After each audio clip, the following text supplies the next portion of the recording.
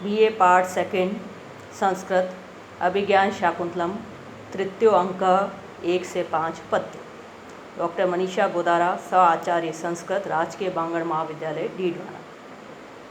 जाने तपसो वीर्यम सा बाला पर्वती इति मे विदितम अलम अस्मि ततो हृदयम तथापि नेदम निवर्तितुम।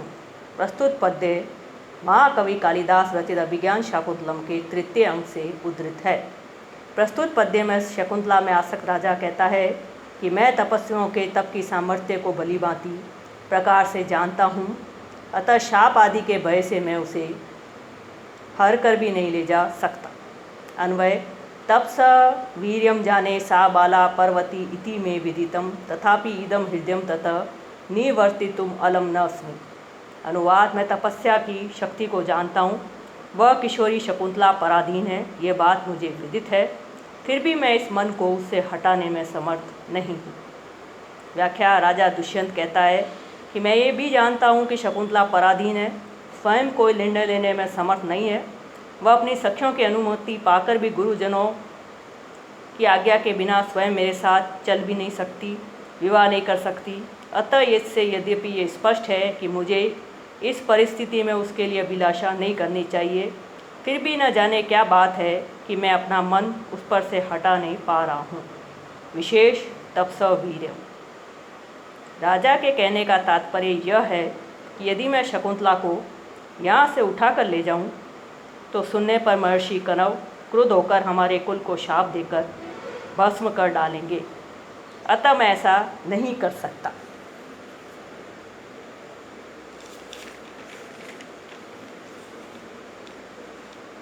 पार्वती इति, यद्यपि शकुंतला मुझे चाहती है, वह मुझे स्वीकार कर सकती है, फिर भी वह हमारे साथ जा नहीं सकती।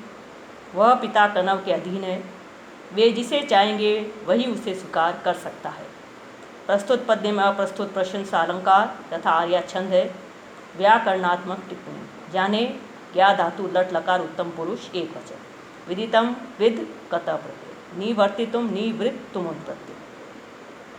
का कथा बाण संधाने या शब्देन एव दूरतः हुंकारेण एव धनुष स ही विघ्नान अपोहति।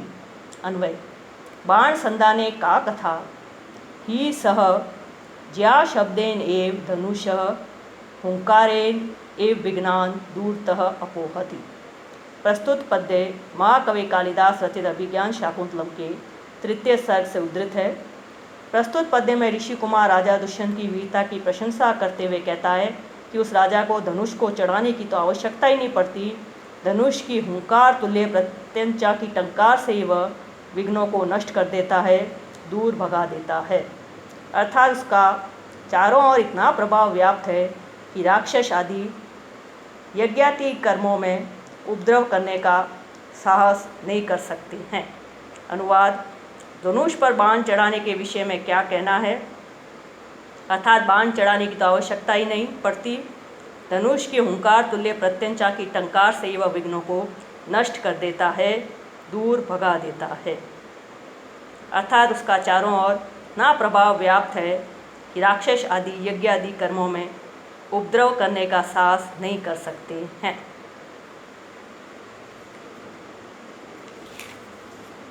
विशेष हुंकारेन,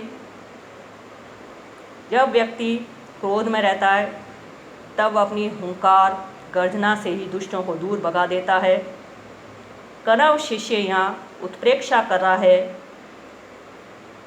कि राजा के धनुष की टंकार नहीं अपितु उसकी हुंकार है। प्रस्तुत पद्य में का कथा अर्थात उसका तो कोई प्रसंग ही नहीं, इस प्रकार यहाँ अर्थापत्ति अलंकार हैं। हुंकारेन एव में उत्प्रेक्षा अलंकार है। प्रस्तुत पद्य में अनुष्टुप छंद है। तृतीय पद्य। तव कुसुम शरत्वम शीतरश्मित्वम इंदो द्वयम इदम अयथार्थम दृश्यते मद्विदेषु वीरसृजति हिमगर्भै अग्निम इंदु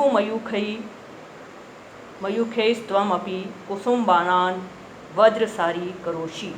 अन्वय तव कुसुम शरत्वम इंदो शीतरश्मि त्वं च इदं द्वयम् अपि मद्विदेषु अयथार्थं दृश्यते हि इंदुहिम गर्भै मयूखै अग्निं विसर्जति त्वमपि कुसुमबाणान् वज्रसारी करोषि। प्रसंग प्रस्तुत पद्य महाकवि कालिदास रचित अभिज्ञान शाकुंतलम के तृतीय अंग से उद्धृत है। प्रस्तुत पद्य में काम से संतप्त राजा दुष्यंत कामदेव चंद्रमा को पालम देते हुए कहता है कि अनुवाद, तुम्हारा कामदेव का पुष्पों के बाण वाला होना तथा चंद्रमा का शीतल किरण वाला होना, ये दोनों बातें मेरे जैसे काम पीड़ितों के लिए विपरीत दिखलाई पड़ती हैं, क्योंकि चंद्रमा अपनी शीतल किरणों से अग्नि उगल रहा है और तुम भी अपने पुष्प बाणों को वज्र के समान कठोर बना रहे हो। विशेष प्रस्तुत पद्य में विरहियों की दशा का यथार्थ चित्रण प्रस्तुत किया गया है। राजा दुष्यंत स्वयं एक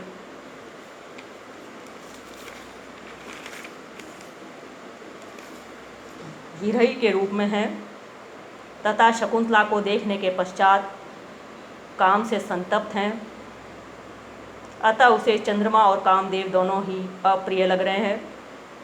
वास्तव में संयोग की अवस्था में जो कामदेव के फूलों के कोमल बाण सुख पहुँचाते हैं तथा चंद्रमा की शीतल किरणें अत्यंत सुखदायी प्रतीत होती हैं, वही विरह अवस्था में काम पीड़ितों के लिए विपरीत प्रकार के बन जाते हैं।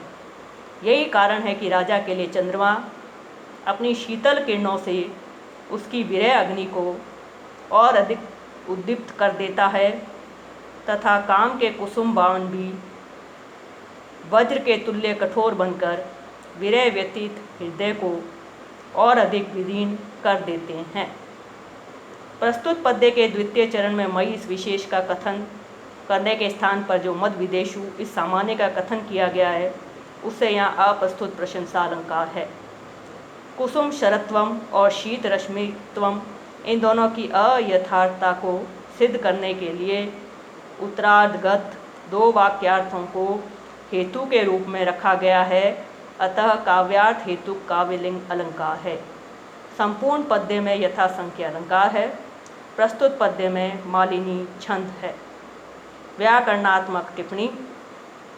कुसुमायुध आयुध्यते अनेन इति आयुधम कुसुमम आयुधम यस्य तत्संबोधने। कुसुम युद्ध गण अर्थे क करने। अति संध्यते अति समदा कर्मणि लट। शीतरश्मित्वं शीतारश्मय यस्य स तस्य भाव। कुसुम शरत्वं कुसुमानि शरा यस्य स तस्य भाव तत्वं। हिम गर्भै हिमं गर्भे येषां तै। चतुर्थ पद्य। शक्यम अरविंद सुरभि कणवाही मालिनी तरंगानाम अंगै अनंग तप्तै अविरलम आलिंगितुम पवनः। अन्वय। अरविंद सुरभि मालिनी तरंगानाम कणवाही पवना अनंग तप्तै अंगै अविरलम आलिंगितुम शक्यम।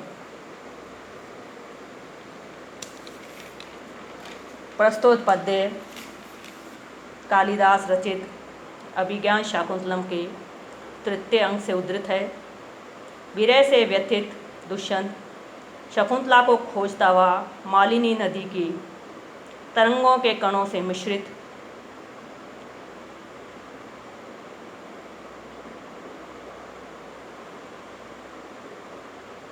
वायु के विषय में कहता है कि वह निरंतर आलिंगन करने के योग्य है। अनुवाद। काम संतप्त अंगों से कमलों की सुगंध से भरपूर मालिनी नदी की तरंगों के कणों से मिश्रित वायु आलिंगन करने के योग्य है।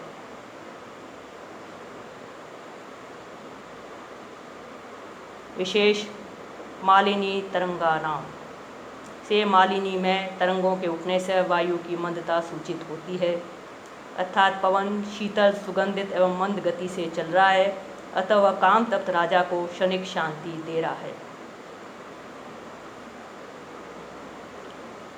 प्रस्तुत पद्य में अपनी प्रिया शकुंतला को देखने से आत्मविनोद हो जाने वाला राजा दुष्यंत के कार्य में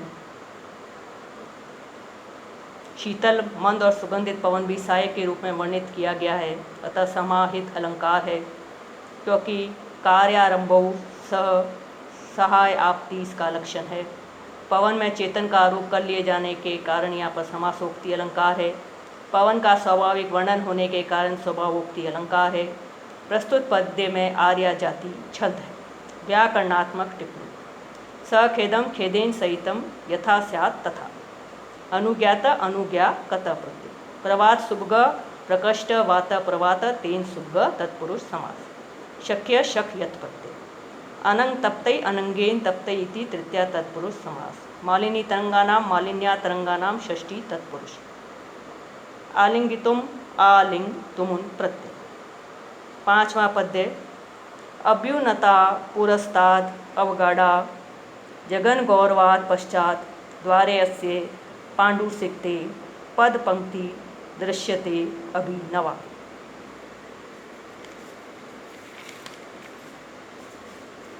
अन्वय। पाण्डुसिक्ते अस्य द्वारे पुरस्ताद अभ्युन्नता तथा पश्चात जगन गौरवाद अवगाढ़ा अभिनवा पद पंक्ति दृश्यते। प्रसंग। प्रस्तुत पद्य महाकवि कालिदास रचित अभिज्ञान शाकुंतलम के तृतीय अंग से उद्धृत है।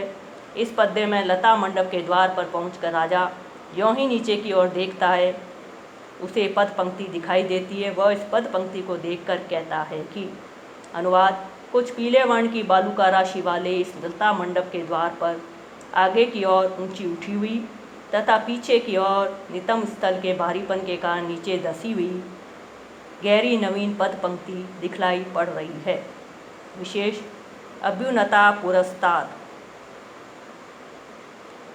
यहाँ पर वर्णित पैरों के अगले भाग में उठा हुआ सापेक्ष है। उठा हुआ होना सापेक्ष है तथा ये सापेक्षता पैरों के पिछले भाग की अपेक्षा समझनी चाहिए। द्वारे शकुंतला के वेतस लता मंडप में प्रवेश की सूचना देने के लिए द्वार शब्द का प्रयोग किया गया है। इस श्लोक के वर्णन से मालूम होता है कि राजा लता मंडप के दरवाजे पर नहीं गया है, अपितु उसके पृष्ठ भाग में ही है। उसी समय उसकी दृष्टि शकुंतला के पैरों के निशानों पर पड़ गई तथा पैरों के निशान इस बात की सूचना देते हैं कि शकुंतला लता मंडप के अंदर गई है। इसलिए पहले पैरों के अग्रभाग का वर्णन किया गया है तथा बाद में पैरों के पिछले भाग का वर्णन किया गया है। अभ्युन्नत आदि पद पंक्ति से शकुंतला के होने का अनुमान किया गया है, अतः अनुमान अलंकार है। पद चिन्ह का स्वाभाविक वर्णन होने से स्वभावोक्ति अलंकार है। प्रस्तुत पद्य में आर्या छंद है। व्याकरणात्मक टिप्पणी। सन्निताया समनिधा कत प्रत्यय तृतीया विभक्ति एक वचन का रूप। भवितव्यम भूतवेत प्रत्यय। अभ्युन्नता अभि उद नम धातु कत टाप। अवगाढ़ा अवगा कत टाप।